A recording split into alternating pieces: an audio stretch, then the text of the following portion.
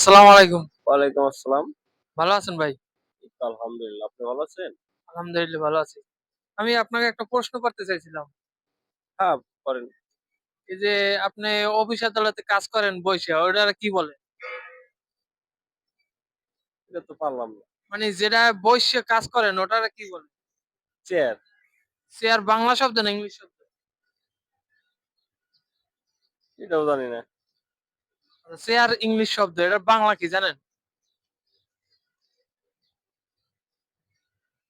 না, চেয়ার একটা বাংলা শব্দ আছে। বাংলা শব্দটা কি? না এটা তো পারি না। দেখেন ভাইব্বে দেখেন।